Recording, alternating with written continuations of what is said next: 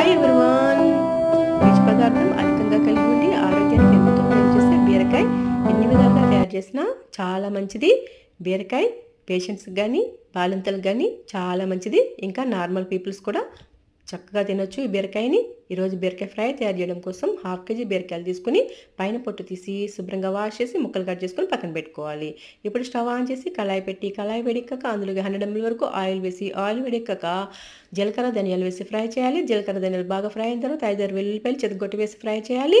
వెల్లుల్లిపాయలు ఫ్రై అయిన తర్వాత ఎండుమిర్చి కరివేపాకు వేసి బాగా ఫ్రై చేసి ఇవన్నీ బాగా ఫ్రై అయిన తర్వాత బీరకాయ ముక్కలు వేసి బాగా ఫ్రై చేసి బీరకాయ ముక్కలు మగ్గడం కోసం కళాయి పైన మూత పెట్టి 5 minutes స్టవ్ సిమ్లో పెట్టి ఉడకనివ్వాలి.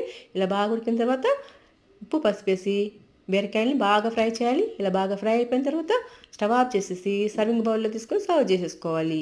అంతే, ఎంతో టేస్టీగా ఉండే బీరకాయ ఫ్రై రెడీ అయిపోతుంది. వీడియో నచ్చితే లైక్ చేయండి, మా ఛానల్ని సబ్స్క్రైబ్ చేసుకోండి. Thanks for watching.